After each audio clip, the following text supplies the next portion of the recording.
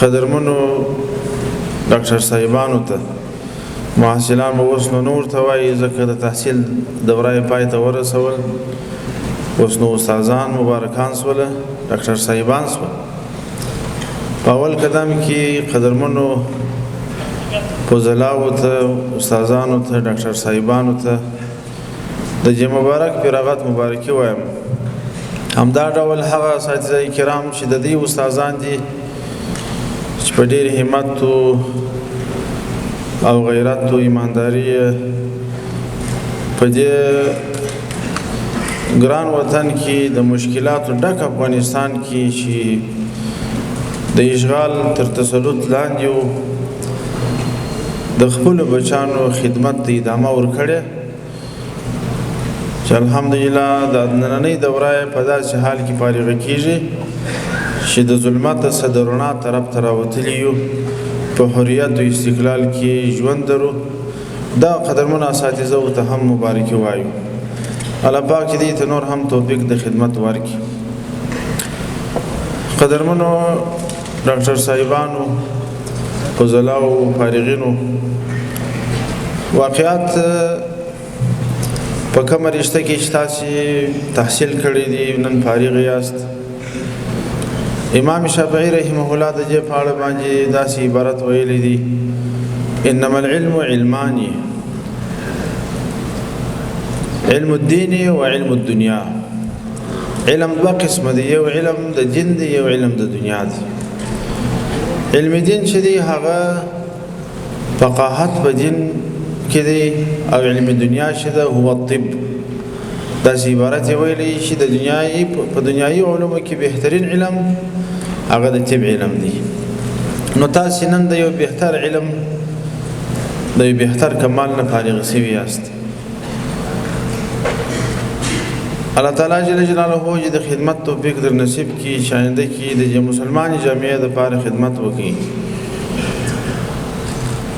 تاسې داسې یو کمال ته رسېدلي یاست چې پیغمبر علیه السلام مبارک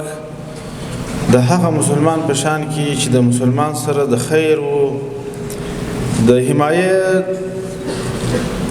طرف لري، د هغه په شان کې ډېر خوندور کلمات استعمال کړي دي. من کان فی عون اخیه کان الله فی عونه. که څوک د مسلمان ورور په کومک کې و، الله پاک د په کومک کې دی. که چا مسلمان باندې پرده واچول، الله پاک په پرده باندې پرده واچي. که چا مسلمان خوشحاله کړي، الله پاک به دی خوشحاله کړي. تاسې نن د داسې یو حالت سره مخ یاست چې تاسو ته به هغه مریض درځي چې د مرض په وجه باندې تدریس ځینې پاتې، هغه صوفي به درځي، بزرګ به درځي چې د مرض په وجه باندې تهجد ځینې پاتې، هغه قاري به درځي چې د مرض په وجه باندې د الله تعالی د کتاب تلاوت ځینې پاتې، هغه دکاندار به درځي چې د مرض په وجه باندې د خپل عیال نه پکه ځینې پاتې، دکانداري ځینې پاتې. همداسې مختلف خلک. خو که الله رب العالمین دغه مسلمان ته ستا پر لاس باندې شفا ورکړي، نو بیا به د مسلمان زړه وخله دواړې دعاوې درته کوي چې الله پاک دا ډاکټر صاحب ته اجر ورکړي، زما علاج په ډېره ښه طریقه باندې وکړي. نو دا یو غټ کمال دی. لکه مخکې چې مقررینو حضراتو وفرمیل، خبره ټوله تر نیت پورې تړلې ده. دغه کمال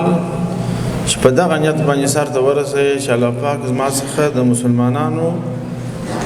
د حاجت پوره کولو کار واخلي، د مسلمانانو د مشکلاتو د حل کار واخلي.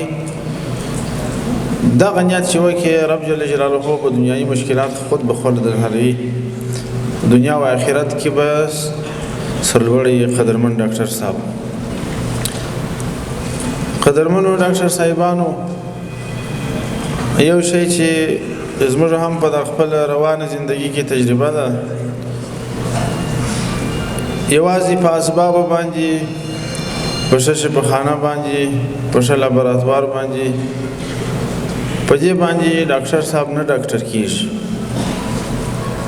داسې ډېر مثالونه لرو چې ډاکټر صاحب په خپل اسباب باندې د مریض معاینه کړي، بیا په نتیجه کې ورته وایي چې په پښتورګي کې چې چرک دی، هغه د چرک په ځای باندې ډبرې. هلته د په کمال کې مشکل دا اسباب خو د رب جل جلاله نعمت دی واقعیت دی چې ستا د کمال سره د استادۍ سره په بغل کې چې تا اسباب ولري لابراتوار دې منظم وي هر څه اسباب دې برابر وي نو خوښه دې ستا سره په خپل مسلک کې همکاري کوي کومک کوي البته یوازې پر وسایلو باندې اعتماد چې په پوهه کې کمبودي هغه وسایل بیا نتیجه نه لري که یو سړی ښه موټر رانیسي په لسګونه میلیونه افغانۍ پر ورکړي خو چې په خپله موټروان نه وي موټر به ورته ولاړ چلوی بې نه شي چې هر څومره ښه وسایل رانیسي خریداري یې کوي چې کمال نه یې در پکښې کي د هغو وسایلو څه کار ناسته کېږي البته که په یو چا کې کمال وي نو بیا دغه کمالداره سړی په کومو وسایلو باندې هم ډېر کار کولی شي په د روان جهادي سلسله کې دا معین صاحب د شیخ جامع مازیر دی موږ په بادغیس ولایت کې یو ډاکټر درلودی عبدالرحمن په نامه باندې و روسیه نه فارغ و دې ډاکټر صاحب د مرغاب په ولسوالۍ کې یو خپل معاینه خانه خلاصه کړې وه په دې جنګونو کې چې به دا مجاهدین ټپیانېدله زخمیانېدله د ده ځای د مجاهدینو په ساحه کې و نه د اکسرې ماشین درلودی نه امارای درلودی نه سټي سکین درلودی هیڅ یې نه درلودله خو دا مجاهدین چې به هلته ورغله د زخمیان مجاهدین د دغه مجاهدینو په نس کې به مرمۍ وې پرزې به وې په وینو به لړلې وه کوما په حالت کې به وه دا ډاکټر صاحب ته الله پاک دا همت ورکړی و دا انیروبا په توسط به پر نس به انیروبا ورګرځول په دغه شکل بیا هغه مرمۍ پیدا کړله ډېر داسې مریضان اوس جوړان ګرځي د اسلامي امارت والیان دي مسؤلین دي چې دغه ډاکټر صاحب په توسط باندې الله پاک شفا ورکړې ده زموږ په خپله موټر د یو غره سره ولوېدی ملا مو خوش شول ازګر مو دغه سړی وکوټل سي خامخا په ازګر کې وینه جمع کېږي خطرات او مشکلات پیدا کېږي سږي کې خو دلته چې رالو 15 ورځو دپاره یې دوا راکړه هغه دوا مو استعمال کړه الله پاک شفا راکړه 6 میاشتې بیا په سفر کې وو خو چې کله بیا د سفر نه راوګرځېدو بیا ډېر په لوړه سطحه ډاکټرانو ته چې مزان پیش کړي هغه چې خپل معلومات وکړه اکسرې و امارای او دا چې وکړه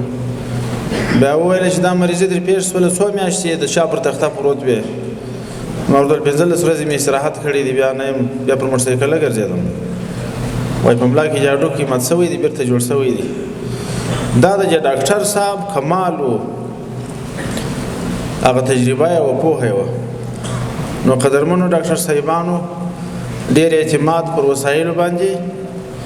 په کار نه دی خپله پوهه خپله تجربه پاینده کې هم د خپلې علمي سلسلې ته مطالعې ته ادامه ورکول تحقیقاتو ته ادامه ورکول د مجربو استادانو سره مشورې کول دا تاسې کمال ته رسوي په دغه دیني علومو کې هم په اول کال د فراغت باندې چې مولوي صاحب فارغ شي درسونه شروع کړي واقعات نیمګړتیاوې لري خو د خپلو مشرانو او استادانو سره په مختلفو مواردو کې مشوره کوي چې د دې عبارت څه ترجمه ده د دې څه ترجمه ده د وخت په تېرېدلو باندې بیا کامل ملازم جوړ شي تاسې هم باید داسې تجربه ولرئ د خپلو اساتذو سره د خپلو مشرانو سره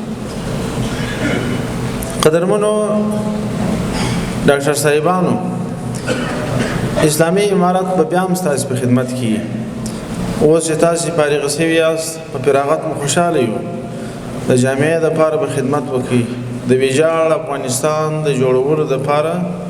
تاسې خدمت وکړي د نظام مسؤلیتونه مختلف وي خلکو ته به سړک هم جوړوي خلکو ته به برق هم جوړوي او خلکو ته به پل هم جوړوي خلکو ته به د کار زمینه هم برابروي خو په ټولو دنیایي امورو کې هغه ډېر مهم امر چې دی هغه د صحت او طبابت لار ده چې د خلکو د امراضو او د مشکلاتو طرف ته متوجه شي نو نظام که دا مسؤلیت ادا کوي د دغه اساتذه کرامو او ستاسې ځوانانو ډاکټر صاحبانو په مټ به ادا کوي چې د خلکو د مسلمانانو د امراض او د مشکلاتو طرف ته رسیدګي وشي هغه به ستاسې په توسط کېږي. پر کومه لار چې تللی کوم ځای نه چې فارغ یې په خپل رشته کې خپل کسب ته ادامه ورکړه، خپل علم ته ادامه ورکړه. داسې نه چې یا په تجارت اخته یا په یو ځای مسؤلیت باندې اخته سي. وسایل اړتیا یې څومره ضرورت یې موږ ته چې ښه په جرأت ووایي موږ به د دې مشکلاتو ته رسیدګي کوو. ځکه دا زموږ د جامعې ضرورت دی، د دې ملت ضرورت مو دی، د دې طبي رشتې ضرورت مو دی. موږ به انشاءالله په ټولو امکاناتو باندې د دې سره همکار یو، د دې مشکلاتو ته به رسیدګي کوو. او خواهش مو دا دی د قدرمنو اساتذو سره د مسؤلینو سره چې هم د ډاکټر صاحبانو په عملي روزنه کې او هم ملت ته په خدماتو کې خپل پوره اخلاص وکړي، تر څو داسې خدمات جامعه ته وړاندې شي چې جامعه د خدماتو څخه مطمئنه شي او دې ته اړتیا پیدا نه شي چې موږ بیا په نورو خلکو پسې ځغلو یا پردیو هېوادو ته سفرونه کوو. موږ تاسې باید دا یو شی درک کړو، همیشه خو زموږ دا وینا یي چې موږ مستقل یو او الحمدلله مستقل یو، او دا مو وینا یي چې د بشر دوستۍ په نامه چې څوک نارې درته وایي خواخوږي در سره ښکاره کوي، دا بشر دوستان نه دي. تاسو ته اوس معلومه شوله د دنیا حالت ټولو خلکو ته ښکاره دي. دا نن چې پر مسلمانانو کم وضعیت روان دی، څو ځورونه د مسلمانانو، شهادتونه د مسلمانانو روان دي. نه مو دا واورېدله چې پلانکی ملک چې دی د دې ملک یا پر جنرال باندې یا پر وزیر باندې یا پر رئیس جمهور باندې بندیز ولګېدی یا په تور لیست کې رالی. که څه هم 14,000 مسلمانان ماشومان او ښځې په شهادت رسولي دي،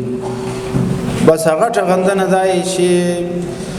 ملګرو ملتو په دې خواشیني څرګنده کړل. تاسو ته ګوره معلومه شوه چې دا ټولې کاذبې ادعاوې دي چې ما و تا ته وایي چې بشر دوستي ده، کله د ښځو د تعلیم خبره رامخته کوي، کله د ښځو د کار خبره رامخته کوي، کله د مؤسساتو خبره رامخته کوي، کله د حدودو د قصاص خبره رامخته کوي. یو قسم د اقسام او ملامتیا پر دې مسلمانانو باندې اچي د بشر دوستۍ په نامه باندې. چیرې دي دا بشر دوستان؟ نن په دنیا کې سره روان دي. د مهاجرت په سلسله کې د خلکو سره څه کېږي، د اشغال په سلسله کې د مسلمانانو سره روان دي. صرف دومره وکړي خواشیني یې څرګنده کړل. چیرې دی انصاف او عدالت؟ چیرې دی؟ نو د دې اړتیا ده قدرمنو، دا یو جزیه ده، وایي احتیاج د ایجاد مور ده.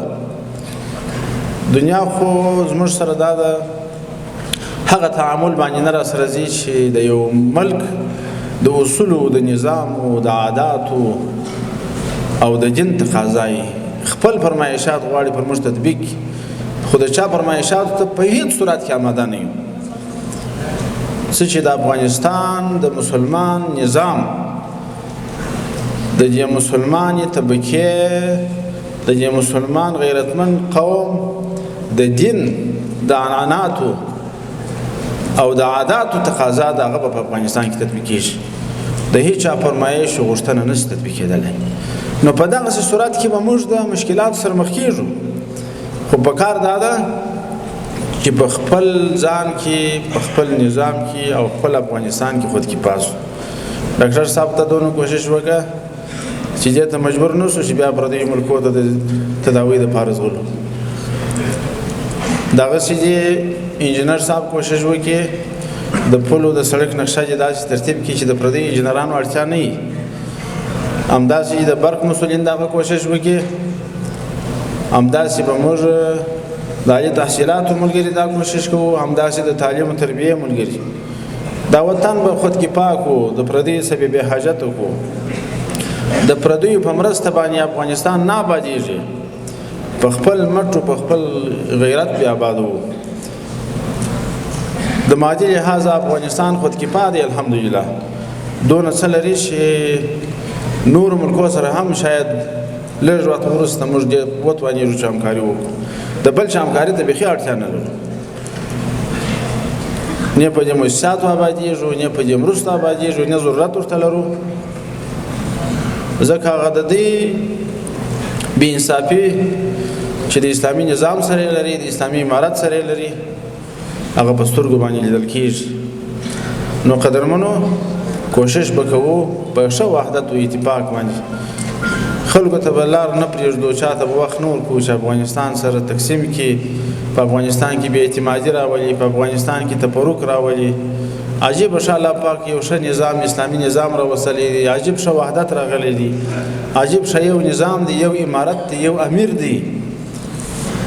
او عجیب د افغانستان د ولس لپاره د یو شفقت او د رحمت نظام دی تاسې وګورئ دغه ولسي مسلمانان په دې بازارو کې پخوا هم ګرځېدلي وه اوس هم ګرځېدلي وه یو خو وحشان وه وحشان خو چې به را روان وه موټر به یې د سړک نه اړوئ دی به تېرېدي په سړک باندې تا به دروئ که نه یې ویشتلی خو دا نور چې غلامان یې وه چې هغه به پر لارې تېرېدلی وارنګون نه به وه هاخواته یې که هاخواته یې که موټر ستونزې مشکلات اوس په دې ډېر خوشحاله سو د اسلامي امارت د چارواکو د مشرانو موټران چې روان خو معلومه چې دا د مسؤلین موټران دي دا وطنوال هیڅ مراد د دې نه کوي بیا هم ورمخته کوي نوبت ځنې ونیسي زه په دې خوشحاله سم الحمدلله چې د افغانستان په خلکو کې دا جرأت پیدا شوی دی چې پر دا خپلو مشرانو دا اعتماد دی چې دا پر موږ شفقت لري دا ظالمان نه دي که زه ځنې مخته کم خوا نه به دي